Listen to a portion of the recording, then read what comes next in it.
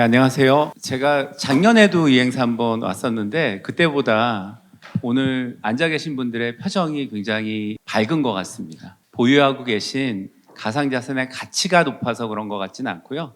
우리 가상자산 산업이 향후에 우리 대한민국의 지속 가능한 발전 동력으로서의 그런 가능성이 지금 조금씩 보이는 입장에서 표정이 굉장히 밝으신 걸로 그렇게 이제 생각하고요. 또 여러 가지 가상자산 좀 많이 오른 측면에 있어가지고 약간 버블이다 싶으면 일정 부분 매각하셔서 가족들과 여행도 가시고 좀 이렇게 워라밸을 유지하시는 쪽으로 연말을 좀 훈훈하게 보냈으면 하고요.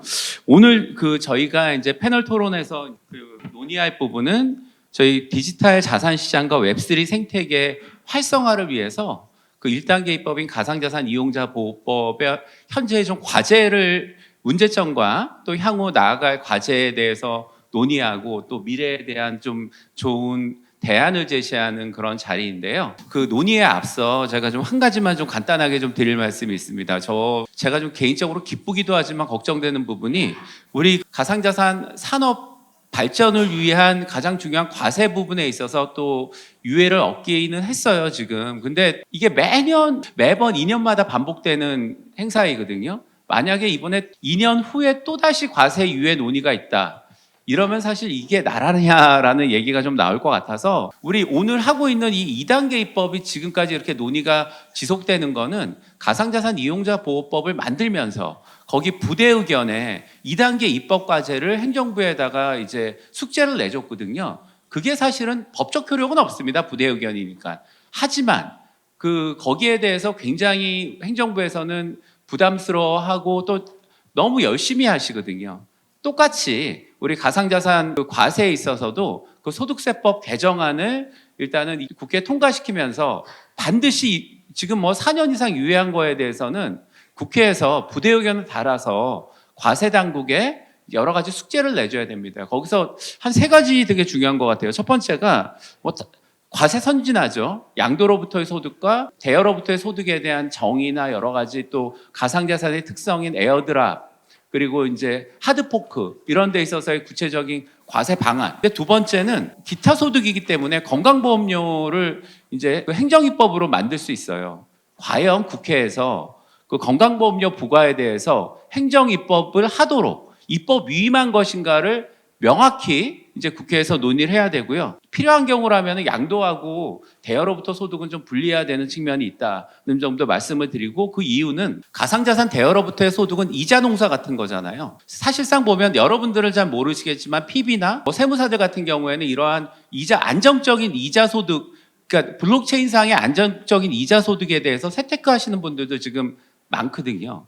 과연 금융소득종합과세의 예외로서 가상자산 대여로부터 그것을 양도가 아닌 위험부담을 하지 않은 불로소득적 성격의 대여 이익에 대해서도 5천만 원 공제를 줄 것인가 이런 3가지 부분 과세 선진화, 건강보험료 부과 그리고 가상자산 대여에 관한 대여로부터의 소득에 관한 금융소득 종합과세와의 관계 이런 측면에 대해서 반드시 부대 의견으로 입법 위임을 해서 2년 후에는 우리 전체적으로 시장도 오르고 여러분도 자산 증식이 되고 아주 기분 좋고 형평성 있는 그런 과세가 있어지길 바라고요.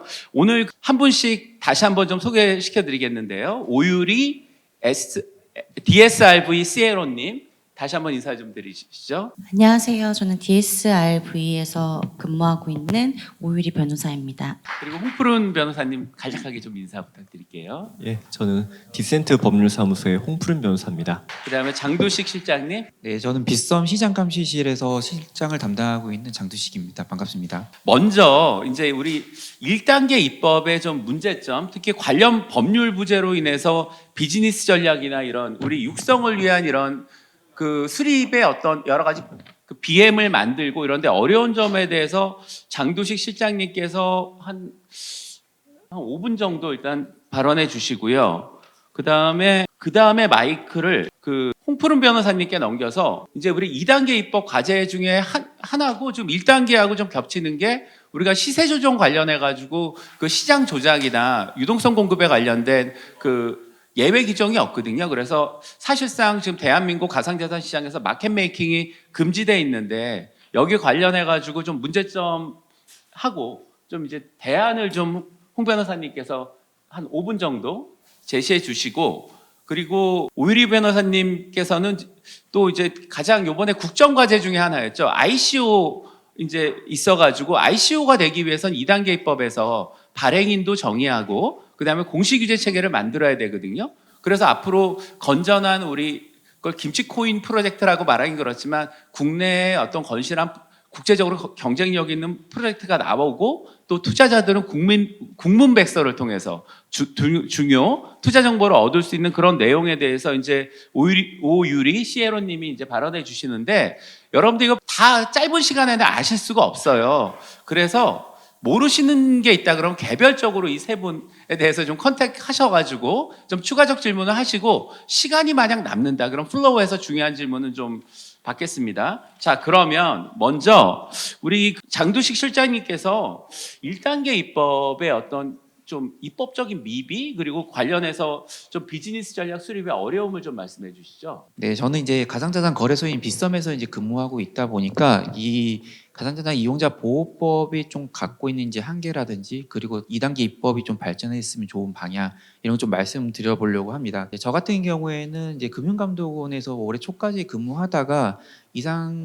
가상자산 이용자 보호법이 이렇게 도입되면서 이제 가상자산 거래소의 시장 감시 의무가 생겼기 때문에 이쪽으로 이직을 해서 시장 감시 업무를 담당을 하고 있는데요. 그 금융감독원에 있을 때도 좀 느꼈지만 실은 이 가상자산 이용자 보호법이라는 게 되게 급하게 어떻게 보면은 도입이 되었고 이름 자체도 좀 특이한 법입니다. 왜냐하면 이런 어떤 시장을 이렇게 규율하는 법이라든지 이제 업권에 대한 법이라고 하면 기본적으로 이제 기본법이 있어야 되는 거고요.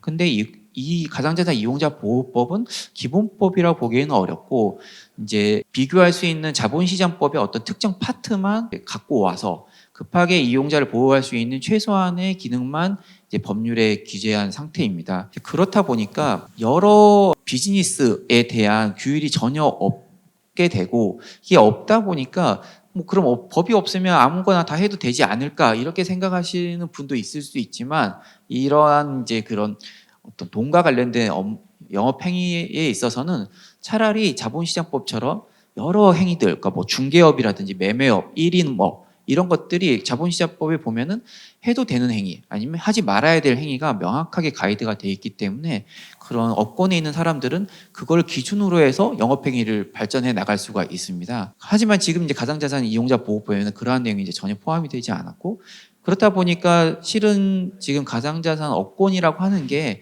이 거래소 사업 비즈니스밖에 없게 되어버렸거든요. 뭐 일임업을 한다거나 자문업을 한다거나 이런 수요는 굉장히 많은데 그거를 진출하려고 하면 그런 법이 없다 보니까 오히려 그걸 할 수 없는 그런 상황이 되어버렸습니다. 또한 이제 가상자산 이제 거래소 같은 경우에도 실은 지금 거래를 이제 중개하는 업무 외에는 대부분의 업무가 이렇게 차단이 되어 있다 보니까 내부적으로도 저희가 이제 회의할 때 보면은 어떤 비즈니스를 이제 새로 하려고 하더라도 그게 법률에 명시가 돼 있지 않고 그리고 그거에 대한 가이드가 없기 때문에 하지 못하는 그럼으로 인해서 지금 보면은 어제 기준으로 아마 가상자산 시장 쪽의 거래량 자체가 전체 한국 국내로 하면은 한 30조 원 정도 거래가 되었는데요.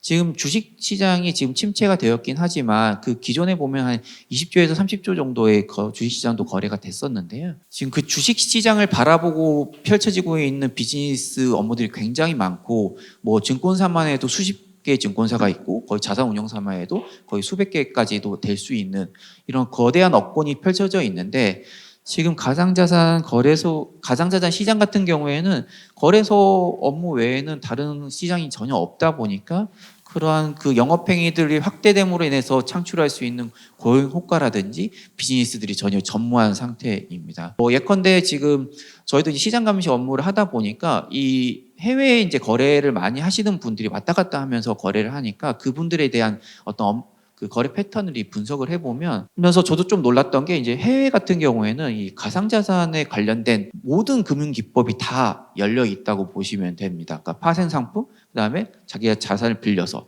그러니까 예를 들면 이런 겁니다.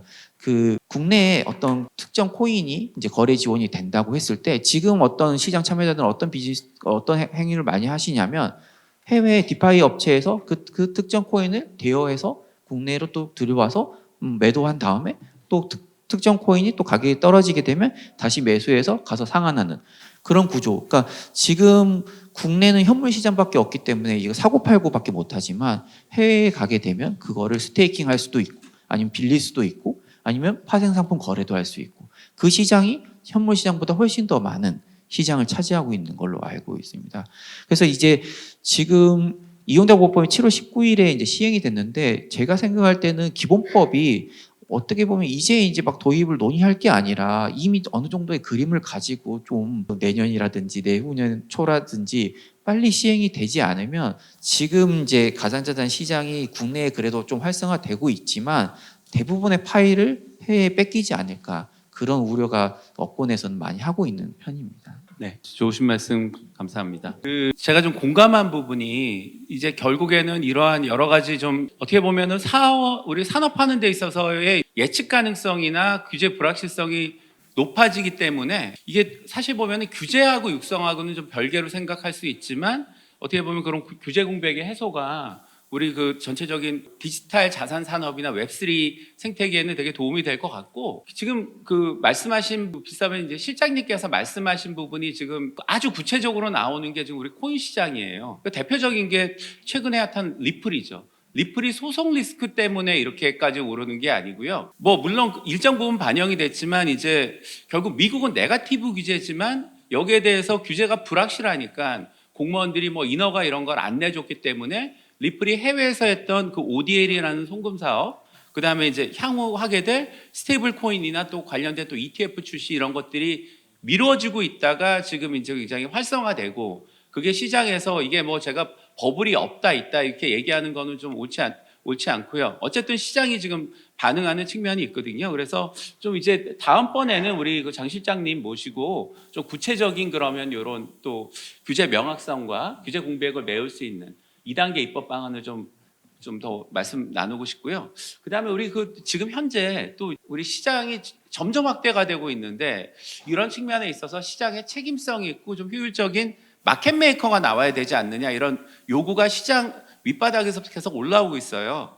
이 점에 대해서 우리 홍 변호사님 좀 말씀해 주시죠. 네, 일단은 우리가 마켓 메이커를 얘기할 때는 흔히 말해서 줄여서 좀 MM이라고 좀 얘기하죠. 근데 이거는 코인 시장에서 새롭게 나온 게 아니라 원래 주식 시장에도 있었거든요. 근데 우리나라 용어로는 뭐 시장 조성자 또는 뭐 이렇게 얘기를 하는데 제가 이거에 좀 관심을 가지게 된 게 실제 제 경험과 관련이 있거든요. 제가 예전에 코빗 거래소에서 그때는 뭐 테더 같은 것들이 이제 업비트에 상장이 되지 않았을 때인데 그때 USDC가 이제 상장이 돼 있었거든요. 근데 그때 환율에 비해서 100원 가까이 낮았어요. 그래서 이거는 스테이블 코인이니까 되게 빨리 사야 되겠다 해서 그때 정말 얼마 안 됐어요. 한 10만 원이 안 됐던 것 같은데 그걸로 시장가로 쫙 매수를 했더니 제가 사니까 한 100원 넘게 오른 거예요. 그러니까 그때 순간 놀라기도 했고 또 한편으로는 뭐 제가 그때는 뭐 가상자산 이용자 보호법이 되지 않을 때지만 그냥 내가 뭐 이거 시세 조종한 것 같고 그리고 내가 일단은 시세보다 100원이 낮아서 산 건데 결국에는 손해를 봤거든요. 그 갑자기 시장가로 샀더니 올라가지고 그러니까 이런 점에 대해서 되게 큰 문제가 있다 이렇게 생각해서 이걸 조사를 해보니까 지금은 이거의 MMA라는 거에 대한 법적인 규제가 별로 없다. 그래서 이거에 대해서 좀 말씀을 드리려고 합니다. 이게 시세 조종하고 좀 관련이 있거든요. 먼저 우리가 주식시장에서 시세 조종이라고 하면은 흔히 말하는 뭐 주가를 조작한다 이렇게 많이 얘기를 하죠. 그 유형 같은 것들이 한 4가지가 있는데 통정매매, 가장매매, 그 다음에 매매를 성황리에 이르게 하는 착고에 빠지게 하는 거, 그 다음에 뭐 시세 변동 이렇게 한 4가지가 있거든요. 근데 뭐 이런 것들을 다 분류하기보다는 그냥 대충 우리가 어떤 게 잘못되고 어떤 게 옳은 건지는 알 수 있을 겁니다. 통정매매 같은 경우에는 뭐 한 명이 10,000원에 동시에 사고 한 명이 10,000원에 동시에 판다 이렇게 하면은 다른 사람들은 개입될 여지 없이 그냥 그 사이에서만 왔다 갔다 하겠죠. 근데 처음에 이거를 한 1억 원으로 이제 왔다 갔다 하면은 내 자본은 1억 원이지만 100번만 왔다 갔다 하면 100억 원이 되거든요. 그러면은 이것이 실제로는 거래가 실제로는 뭐 1억 원밖에 되지 않고 그것도 둘이 짜고 한 거니까 사실상 거래가 전혀 이루어지지 않았다고 봐야 되는데 거래량은 100억이 돼 있어요. 그렇기 때문에 되게 매매가 엄청 잘 되고 있구나. 이 주식 사야겠네. 이렇게 하는 주식시장에서 이렇게 착오를 불러일으키는 행위를 시세조종이라고 많이 했거든요. 그리고 가장매매도 똑같이 뭐 자전거래라든가 이런 것들을 많이 얘기합니다. 똑같이 거래량을 부풀려서 이렇게 그 매매가 성황을 이루게 만들어서 시세를 올리는 데 많이 사용을 했던 거죠. 그리고 매매를 어쨌든 성황을 이루게 하는 이런 것들은 허수주문을 내는 건데, 이게 예를 들어서 우리가 1억 원짜리 한 10,000원이라고 하죠. 주식 하나가 10,000원인데 한 11,100원에 엄청나게 많은 매도 주문을 넣으면은 실제 우리가 호가가 10,000원이어 갖고 팔리지 않아도 되게 많은 물량이 호가창에 있구나. 그러니까 이거 빨리 팔아야겠다 하면서 실제로 그 허수 주문은 11,100원에 매도를 넣은 허수 주문은 실제로 아무런 작용을 하지 않는데도 이 시세를 떨어뜨리는 게 되거든요. 이것도 약간 주가 조작 행위로 보고 있습니다. 그리고 그 이외에 뭐 시세를 변동시키는 행위 이런 것들은 뭐 요즘 재판 결과는 안 나왔지만 뭐 카카오라든가 이런 것들이 지금 재판받고 있죠. 그래서 뭐 시세를 뭐 12만 원에 고정시킨다느니 아니면 그 이상을 올려서 뭐 12만 원 이하의 뭐 장내 매수 이런 것들을 막는다든가 이런 것들을 다 이제 되게 다양한 판례들이랑 이런 케이스가 있거든요. 어쨌든 실제 시세와 다르게 이렇게 변동시키거나 아니면 고정하는 행위를 다 시세 조종이라고 합니다. 근데 이것이 기존 주식시장에서 MM이라고 하는 사람들은 이거에 예외를 규정을 뒀어요. MM이라고 하면은 우리가 아까 제가 처음에 말씀드린 것처럼 코빗에서 USDC를 사려고 했는데 한 10만 원도 안 되는 걸로 100원이 올라버리면 거래에 오히려 악영향을 미칩니다. 내가 그 코인이라든가 주식을 사는 거는 어느 정도 그 당시 시가에 맞춰서 팔 수 있다는 그런 믿음을 갖고 우리가 갖고 있을 때 거래가 상당히 안정화되고 내가 신뢰를 가질 수 있는 거거든요. 근데 이 호가창이 정말 비어서 내가 조금만 사거나 팔아도 거래가 확 뛰면은 이거는 안정적이라고 볼 수 없겠죠. 그래서 기존 자본시장법에서는 이 MM업자, 뭐 시장 조성자 이런 사람들을 그 예외 규정, 그러니까 시세 조종 행위를 하는 거에 대해서 처벌하지 않는 예외 규정을 둬서 합법화를 하고 있습니다. 그런 것들은 다 이제 증권신고서라든가 이런 데 알게 만들고 있고요. 근데 우리나라에서 이거와 관련해서 코인에서도 MM이 많다는 거는 이미 많이들 알고 계실 거예요. 그리고 업비트 관련 임직원 분들이 이걸로 재판을 받은 적도 있습니다. 이게 2017년에 이루어진 행위인데 2018년에 기소돼서 2023년에 전부 무죄 판결 받았어요. 예, 어쨌든 축하드립니다. 근데 거기서 그때 판결이 뭐라고 했냐면은 판사가 이 호가창을 짙게 이렇게 깔아서 시장 조성 행위를 하는 거는 명시적으로 법에서 금지하지 않고 있다. 그리고 오히려 거래를 안정화되게 만드는 거다. 이렇게 하면서 그거를 합법적으로 이제 어쨌든 봤거든요. 근데 이번 연도 7월 19일에 가상자산 이용자 보호법이 이제 시행이 되면서 시세 조종 행위를 처벌하고 있어요. 그게 실제 시세보다 뭐 변동하는 것도 막지만 변동해야 되는 거를 고정시키는 것도 막는 게 시세 조종이거든요. 근데 MM은 기본적으로 내가 대량의 코인을 팔 때 고정시키는 거를 말하거든요. 그러니까 사실은 시세를 고정시키는 방법으로 시세를 조종한 거죠. 근데 이게 가상자산 이용자 보호법이 제정되면서 오히려 이것을 합법화할 근거가 아예 사라진 겁니다. 그래갖고 사실상 현행 법상으로는 이런 거래 안정을 위해서 뭐 호가창을 만드는 MM, 그러니까 시장 조성 행위를 아예 다 금지한 건데, 이거에 대해서는 하루빨리 예외 규정을 둬서 우리가 하루빨리 그 코인을 사고 팔 때 안정화를 꾀할 수 있도록 하는 입법화가 진행돼야 되지 않을까 싶은 마음에 이 주제를 갖고 왔습니다. 예, 감사합니다. 그 마켓 메이커에 대한 어떤 기준 마련, 명확한 기준을 마련하고 그다음에 거기 관련해 가지고 이제 그렇다 그러면 기준이 마련되면 그 시세 조정이 아닌 부분에 대한 데 대해서는 이제 자유롭게 이제 여러 가지 이제 경쟁과 또 혁신이 있다고 얘기하신 것 같고요. 뭐 제가 그 간단하게 관련해서 좀 연구를 하고 있어서 미발표인데 고민되는 부분이 있어요. 그러니까 악마는 디테일에 있다고. 첫 번째가 글로벌 시세가 존재하는 비트코인이나 이더리움 같은 경우 마켓 메이커가 필요하냐? 이미 글로벌 시세가 있는데. 근데 또 반대로 생각하면 이제 우리가 두나무, 빗썸, 뭐 코빗 이런 국내 거래소들이 글로벌 시장을 또 주도하게 된다 그러면 어떻게 보면 글로벌 어떤 전체적인 시세에 있어 가지고 또 여러 가지 왜곡된 부분에 있어서도 또 마켓 메이킹의 역할도 필요한 측면이 있고, 그다음에 지금 현재 그 거래소들 간의 경쟁 같은 경우는 지금 마케팅 경쟁밖에 못 되거든요, 지금. 근데 이게 마켓 메이커가 없기 때문에 사실상 거래소의 본질적인 경쟁력인 딜러 경쟁이 안 되는 거예요. 그러다 보니까 이제 1등 업체 같은 경우는 당연히 슬리피지 문제가 굉장히 적고, 2등 업체는 그거를 따라가기가 어려운 거죠. 왜? 가입자가 있어야지. 지금 뭐 딜러가 있다 그러면은 아주 효율적인 딜러로 이제 경쟁력을 높일 수 있는데 안 되니까, 그래서 무리한다는 표현은 뭐 어떨지 모르지만 이제 여러 가지 마케팅을 또 해가지고 가입자 수를 늘리려는 게 이제 현재 이제 구조이고, 근데 어떻게 그러다 보니까 지금 독과점 문제는 좀 개선되고 있는 측면이 굉장히 큰 것 같아요. 그러면 이제 이건 국내 상황이고, 더 나아가서 우리가 글로벌 시장에 있어서 허브라고 한다 그러면 가격 발견 기능이 가장 좋은 시장이거든요. 여기에 있어서 마켓 메이커를 어떻게 가져갈지, 그다음 발행 시장에 있어서 이거를 대표 주관사 같은 라이센스를 만들지, 아니면 IEO를 통해 가지고 이런 역할을 거래소에 이제 줄지, 이런 논의에 대해서 앞으로 홍 변호사님 계속 지속적으로 좀 논의를 좀 하시길 바라고, 나중에 구체적 질문은 또 홍 변호사님께 해드리고요. 그리고 이제 마지막으로 우리 처음에 이제 대선 때 이제 양 대표님들도 다 얘기하시고, 지금 어떻게 보면 우리 윤석열 정부의 또 국정 과제 중에 하나일 수가 있는데, 한국형 ICO 이런 발행 규제에 관련된 필요성에 대해서 좀 우리 오유리 씨께서 좀 말씀해 주시죠. 네, 안녕하세요. 저는 저희 회사를 잘 모르실 텐데 DSRV라고 가상자산 보관 업체입니다. 거기에서 이제 CLO를 맡고 있는 오유리 변호사입니다. 아시겠지만 저희 나라에서는 코인을 발행하는 게 금지되어 있습니다. 2017년에 9월에 정부가 아예 막은 이후로 아예 한국에서는 못 하고 있기 때문에 한국 업체가 뭐 싱가포르, 두바이로 가서 발행을 한다든지, 아니면 암암리에 국내에서 이제 불법으로 발행이 된다든지 이런 식으로 진행되고 있는데요.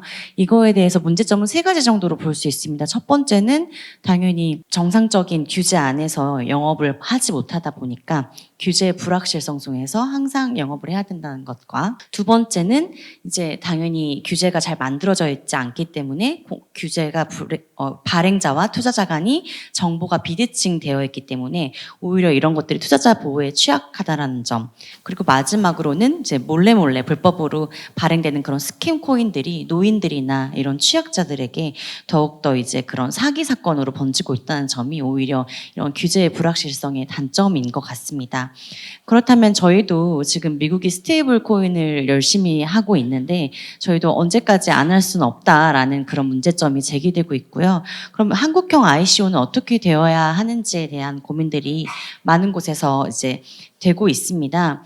여기에 대해서 당연히 돈을 다루는 직업이기 때문에 투자자들을 보호하기 위해서 이제 금융 당국에서 허가한 기관이, 자격을 갖춘 기관들이 당연히 스테이블 코인을 코인을 발행을 해야 될 테고, 이것과 관련돼서는 당연히 기본 재산이나 자본금, 그리고 이것들을 영위할 수 있는 자격이 있는지 인적 설비, 물적 설비가 분명히 있어야 되고, 또 재무적으로도 건전해야 할 것으로 판단됩니다. 그리고 또 국내에 들어오는 해외 업체들, 해외 발행인의 경우도 국내 수준으로 규제를 하여야 사실 규제 차익이 없을 거라고 보여지고요. 그렇다면 준비자산 같은 경우는 당연히 저위험, 그리고 그런 준비자산을 갖추도록 하고, 이런 준비자산에 대해서 당국의 계속적인 감독이 필요할 것으로 생각이 되고요. 그리고 또 건전성 규제도 당연히 해야 된다라고 생각합니다. 발행자가 재무가 건전하지 못하다고 하다면 투자자들이 당연히 돈을 맡겼는데 불안할 수 있기 때문에 재무적으로 건전해야 될 필요가 있다라고 생각을 하고요.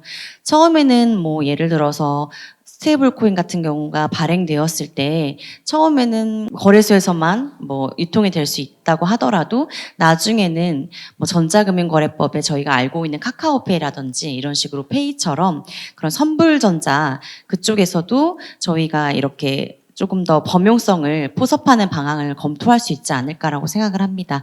그리고 저는 좀 오늘 말씀드리고 싶었던 게, 발행 규제에서 사실 많이 나오는 게 은행이 해야 된다, 약간 이런 말들이 많이 나오고 있어요.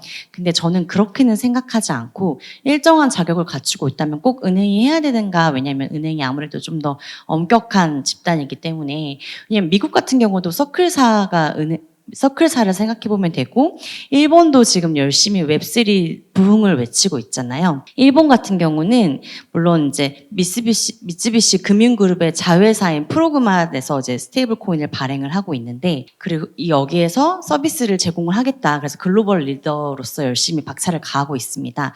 근데 주목해야 될 점이 프로그마가 함께하는 업체들이 214개예요. 214개인데 거기에는 뭐 토큰 발행사들, 증권사들도 있고 부동산 기업도 있고 뭐 금융 결제 기관도 있고요. 기술 기업도 있고 법적인 뭐 로펌들도 있고요. 이렇게 컨소시엄을 구성해서 아예 업계가 동반 성장하도록 하는 그런 그림을 짜고 있습니다. 저희 나라도 단순히 금융기관이 해야 된다. 약간 이런 단편적인 논의보다는 정말 저희가 어떻게 보면 거래소 위주의 단편적인 시장이 성장되었는데 업계가 좀 크게 그리고 건전하게 성장하기 위해서는 좀 다양한 시각을 가지고 발행 규제가 도입되었으면 좋겠습니다. 예, 도움 말씀 감사드립니다.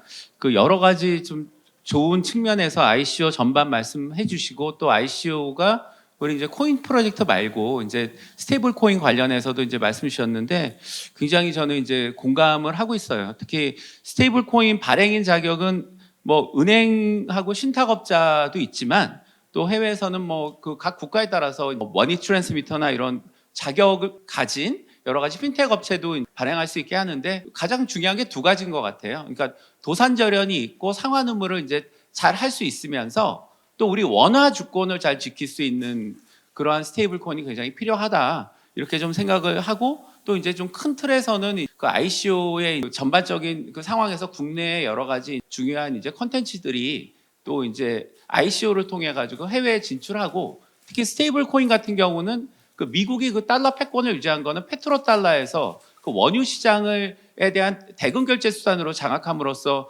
오늘날 달러 패권이 유지됐는데 우리가 콘텐츠가 있거든요. 반도체도 있고 K 콘텐츠도 있고 하니까 관련해서 뭐 동남아나 이런데 우리가 진출할 때 뭐 스테이블 코인이나 다른 또 이제 브릿지 통화 같은 경우도 나갈 수 있는데 중요한 건 국내에서 일단은 ICO가 허용이 돼야지만 국내 투자자들이 여러 가지 국문백서를 통해서 옥석 가리기도 할 수 있고 자금 조달을 또 할 수 있는 측면이 있거든요. 그런 측면에 있어서 굉장히 중요한 말씀을 해주셨다고 보고요. 시간이 약간 남았는데 플로우에서 질문 한두 분 정도 받겠습니다. 플로우 질문해 주실 분. 질문자가 없으시면 제가 질문자를 지정하겠습니다. 2단계 입법을 추진하는 데 있어서 물론 그 가장 중요한 건 이제 행정부에서 이제 입법안을 만드는 것도 중요한데 업계와 또 이제 그 어떻게 보면은 그 입법 팔러시 메이커들 간의 교량 역할이 굉장히 중요하거든요. 닥사 차원에서 어떻게 우리 정부와 업계 간의 교량 역할을 하실지 좀 간략하게 좀 말씀해 주세요. 뭐 여러 가지 이제 2단계 입법 진행되면서 좀 업계에서 전달될 이슈들도 많고 자유규제 기구의 가장 중요한 역할 중에 하나가 또 어떤 입법이 형성되는 과정에서 진짜 업계에서 실질적으로 필요한 규정이 무엇이며 진짜 공백이 무엇인지를 파악하고 효율적인 입법이 되도록 입법기관에 전달하는 역할이 굉장히 중요합니다. 사실 이번에 가상자산 이용자보호법 같은 경우에도 6조 3항에 이용자분들의 예치금을 은행에 분리보관하게 되는 그것을 거래소가 파산하거나 영업을 종료하는 경우에도 고객분들이 안전하게 가서 회수할 수 있도록 하는 규정 역시도 저희 닥사에서 이용자보호법 당시에는 초안에 없던 규정을 신설해달라고 요청드려서 만들어진 규정이거든요. 그런 것처럼 세세하게 이용자 보호에 필요한 부분과 업계 전체가 인프라가 가동하는 데 필요한 부분들을 적절하게 입법기관에 설명드리고 전달하는 역할 굉장히 중요하다고 생각합니다. 지금 현재 여러분들 지적해 주신 것처럼 단 몇 개의 자산을 이전 보관하는 것에 중점을 둔 단 몇 개의 거래소와 사업자분들께만 규제가 집중되어 있는 경향이 있는데요. 그런데 그것만으로 작동하는 시장이 아니다. 그래서 그와 관련된 인프라에 대한 규정들 또 누구든지 할 수 있는 가상자산 관련 여러 가지 일들에 대해서 적절한 진입 규제를 마련하고 이용자분들이 그 진입 규제를 통과한 정상적인 사업자분들의 말씀을 경청하고 또 같이 이렇게 상생할 수 있는 그런 구조가 이루어져야 한다라고 생각합니다. 저희 닥사에서도 효율적인 입법이 수립될 수 있도록 최선을 다할 생각입니다. 감사합니다. 닥사에 거는 기대가 매우 크다는 점 다시 한번 그 양지해 주시고 지금 그 거래소에 있는 현금이 가령 어떤 위기 같은 게 있을 때 지금 보호가 되는지 그런 법이 진행되고 있는지 궁금합니다. 제가 거래소에서 근무하고 있습니다. 그 지금 말씀하신 부분은 이제 가상자산 이용자 보호법에 그 회원 예치금 보호 조항이 있기 때문에 일단 뭐 업비트나 빗썸 같은 경우에는 이제 100%그 은행에다가 회원 자금을 예치를 해놨거든요. 그러니까 거래소 내에 갖고 있는 게 아니라 회원의 예치금은 은행에 100% 분리 보관이 되어 있고요. 100% 이상 준비금을 갖고 있도록 되어 있습니다. 그래서 저희가 그 회원에 대한 예치금에 대한 조정할 때는 은행 쪽이랑 협의를 해야 저희가 할 수가 있고요.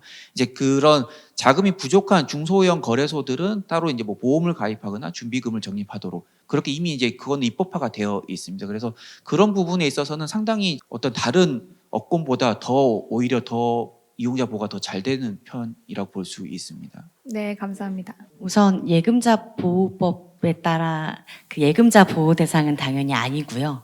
그리고 저희가 투자를 했을 때 투자를 하고 남은 예치금이 있을 거고 가상자산이 있을 텐데 그 예치금은 실장님 말씀처럼 은행에 이런 식으로 별도의 예치를 하는 거고 보관 같은 경우는 저희가 또 가상자산 사업자들이 배상책임 보험 같은 것들이나 준비금을 적립하도록 제도가 설계되어 있습니다. 한 가지 좀 추가드린다면요. 기능하고 그다음에 투자 그 어떻게 보면 이용자 보호에 관련해서 예탁금은 예탁 자산 이상으로 안전합니다. 다만 여러분들께서 우리 이거 예금자 보호 대상으로 해주세요라고 말씀하시면 예금보험공사도 지금 뭐 내부적으로는 뭐 거기에 대한 뭐 제도적인 준비는 다 되어 있거든요. 그래서 여러분들의 요구가 있다 그러면 예금자 보호의 대상이 될 가능성도 있다. 다만 현 시스템만 가지고도 지금 현재적인 어떤 그 경제 상황에서 전혀 문제 없다는 점은 인지하시기 바랍니다. 이상입니다. 네, 답변 감사드립니다. 더 이상 질문이 없으시다면 이상으로 패널 토론 세션을 마치려고 합니다. 토론에 참여해주신 분들께 감사의 박수 부탁드립니다.